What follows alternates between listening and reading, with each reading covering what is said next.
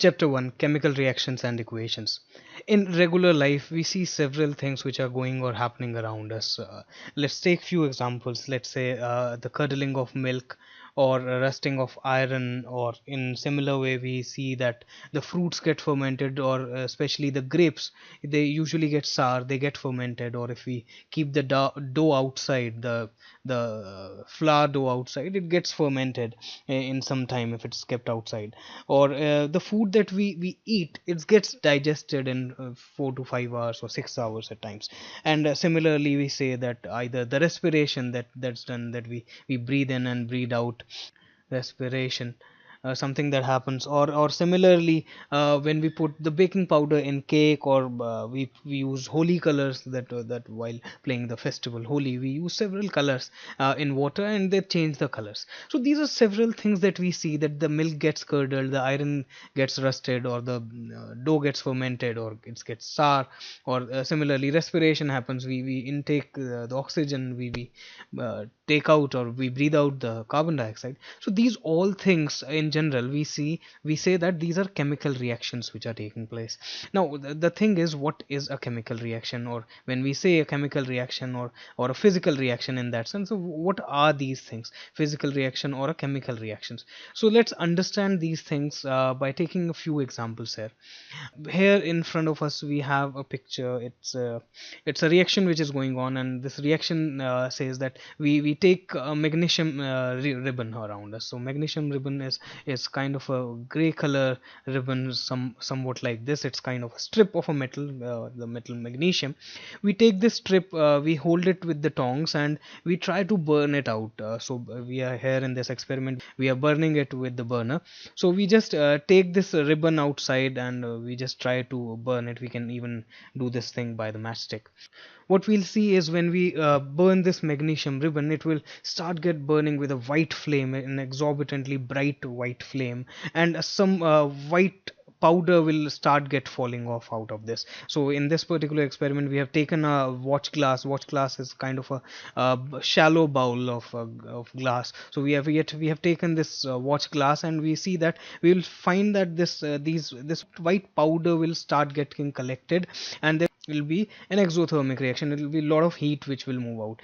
In any case, when we are performing these example or these experiments, we have to be very careful, as it is a very exothermic reaction. So we should keep glasses on our eyes, and similarly protective gloves or something. Similarly, in another example, we have potassium iodide. So potassium iodide is Ki, and we take lead nitrate, which is PbNO3 whole twice. So we take these two things. So as these two particular chemicals, which is the potassium iodide and the lead nitrate, we put these things together, and what we see here is this yellow thing here is lead iodide, which is PbI2.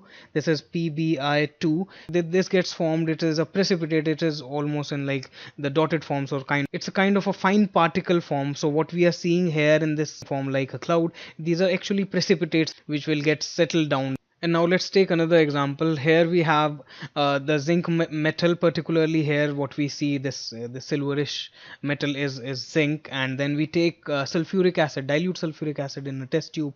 And if we put these things together, what we'll get is, or what we will see is, there will be a sudden formation of these bubbles, like what we see here in this test tube. There's a sudden formation of bubbles, and these bubbles are of actually hydrogen gas. So this is H2 gas which gets released. So this is what we see in all these three examples here, and these three examples are actually chemical reactions. And if we generalize these chemical reactions, what we will find is that there are almost 3 or 4 things which happens. For example, there will be a change in state, like what we see, that the magnesium ribbon getting transformed into a white powder, or some gases gets released in this zinc thing. So some change in state happens, or there will be change in the color. So we saw that the color got changed when we had this lead nitrate reacting with the potassium iodide. And similarly, there will be evolution of gases. So there will be evolution of gas. So evolution of gas, what we saw in this H2 example, yes, the hydrogen was getting released. And similarly, there will be a change in the temperature. change in temperature. So we saw that change in temperature in this particular example of magnesium ribbon, the heat gets produced. So this is an exothermic reaction. So these are few things that we see, and we conclude that yes, these are the probable things which tells us about a chemical reaction is taking place. Now let us see what all has happened in all these three reactions that we saw, that all these three examples that we saw.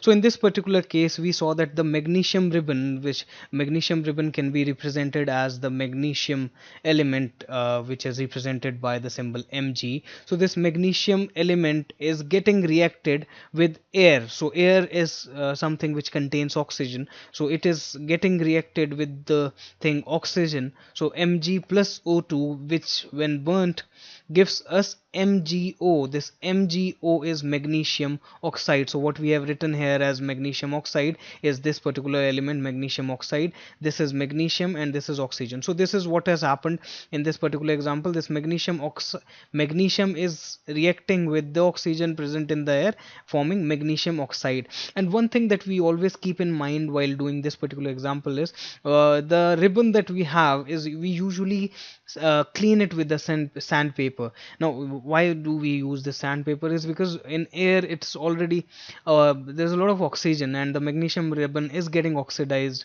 while it is being kept in the air itself. So generally while performing this example, the chemist usually clean it with the sandpaper, at least the initial part, so that the desired reaction can take place. Now similarly, the other example here, we saw that there is Ki, that is potassium iodide, getting reacted with lead nitrate. This is lead nitrate. Let me just remove this thing which is here. So this is lead nitrate, PbNO3 whole twice. This lead nitrate is getting reacted with while making a reaction which is PbI2, this is lead iodide, plus this potassium is getting converted to KNO3, that is potassium nitrate. So this is KNO3. So these are the thing, or this is the reaction which is taking place here. And similarly in another example here, what we see with zinc and sulfuric acid, we see that this zinc is Zn, then dilute sulfuric acid, the chemical formula for this is H2SO4. So no matter if it is concentrated or diluted, still it will be the same, that is H2SO4. When this reaction takes place, the zinc becomes ZnSO4, that is zinc sulfate, plus the H2, that is the gas hydrogen, gets released. So this is what we see here in this particular reaction.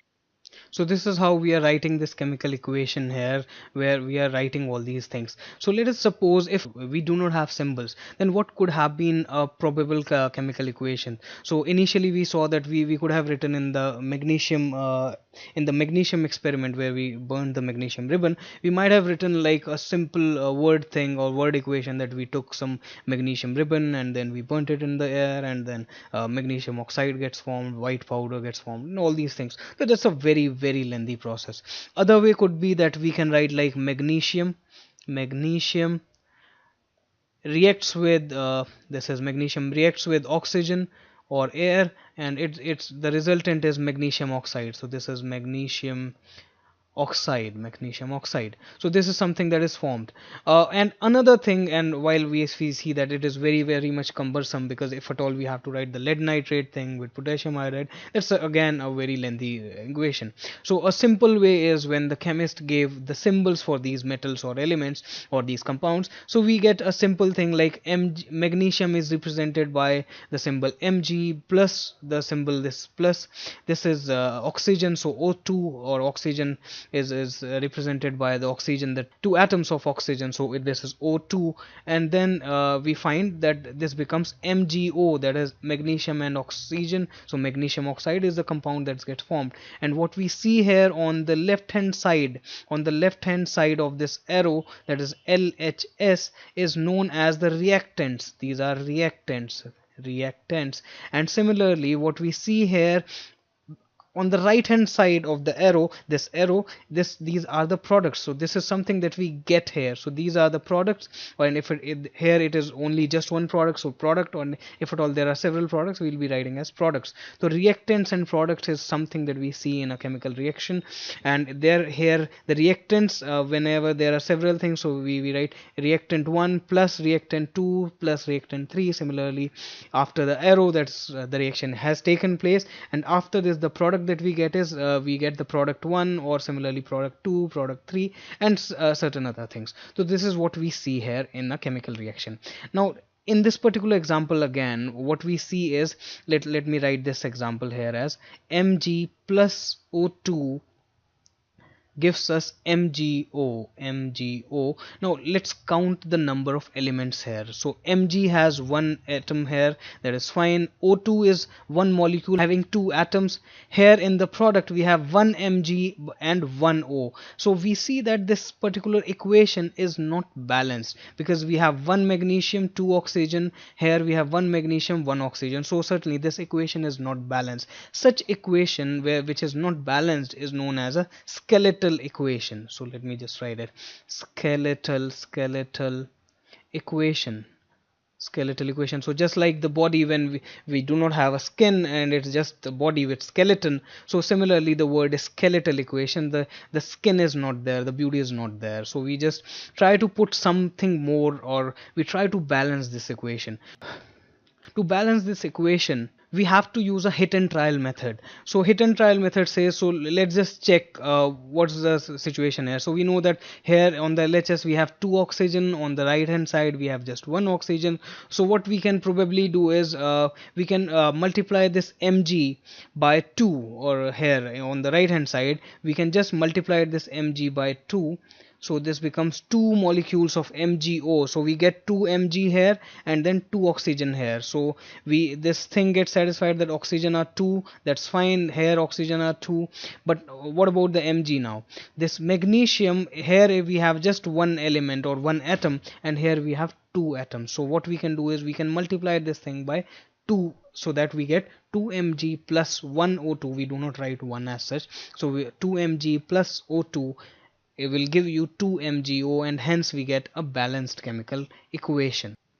Now to understand this balancing of equation, as it's a bit difficult task, at least for the beginners, so let me take another example here. So let's take the iron symbol here, that is Fe, which when gets reacted with water H2O will give you Fe2O3 plus hydrogen gas. So plus hydrogen gas. So this is what we get, a chemical equation. This is a skeletal chemical equation, because what we see here is on the LHS we have just one iron, and on the right hand side we have 2 iron.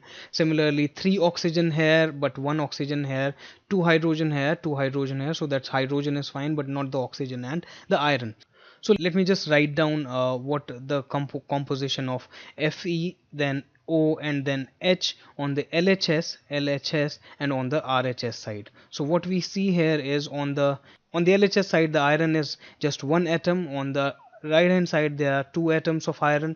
Then for oxygen we have just one atom, on right hand side we have 3 atoms, so we see that this is written as 3, and hydrogen we see here as 2, and on RHS we have 2.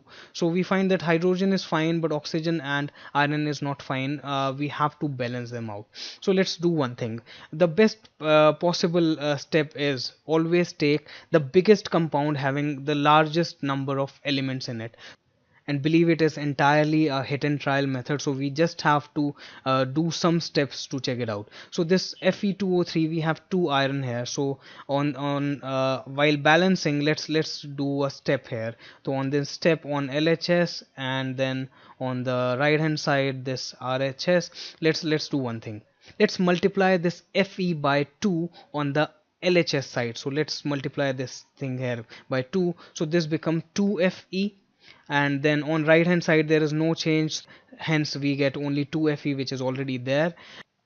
So if we do this thing, the new equation that we will get is twice of Fe, as we have multiplied iron by 2, plus H2O, which was already there. It forms one Fe2O3 molecule plus hydrogen gas. So here we see that yes, the iron gets balanced, oxygen is not balanced, and hydrogen again is not balanced. So let's do one more thing here. We have balanced the iron, so now let's balance the oxygen here in this case. So let's multiply this thing by 3, as we already have 3 oxygen elements here. So we get the new equation as 2Fe, which is already there. Now 3H2O, and then Fe2O3 plus H2. Now what we see here is, if we do this thing, that 3H2, we find that here we get 6 hydrogen atoms. We get 6 hydrogen atoms, but here we only have 2 hydrogen atoms. So it is the best thing that what we can do is, we can multiply this side by 3. So we get 3 into 2 becomes 6 hydrogen atom. So this is what we get. Hence we find that this particular chemical equation is a balanced chemical equation, and we can always check this thing as well. So let us do one thing here. Let us write the components of iron, then oxygen and hydrogen on both LHS side and the RHS side. On LHS we have 2 iron, on the right hand side we have 2 iron, here 2 and this is 2. Oxygen we have here 3 into 1 is 3, and then 3 elements here directly, so 3, and then hydrogen 3 into 2 is 6, and similarly 3 into 2 is 6. So yes, this becomes a balanced chemical equation.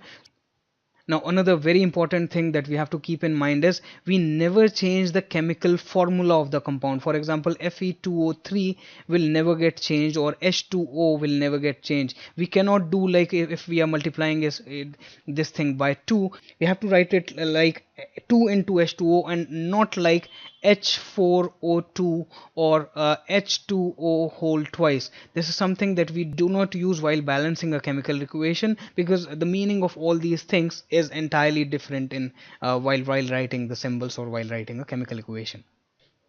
And remember, what we are doing here in balancing is not changing the composition of the chemical equation, because even in the nature, while having a chemical reaction, the mass of the reactants is always equal to the products of the chemical equation. So the mass of this MgO2 will be equal to the mass of MgO. So in any case, what we are doing here while doing the balancing is, we are just equating this thing while performing the principle of conservation of mass in a chemical reaction.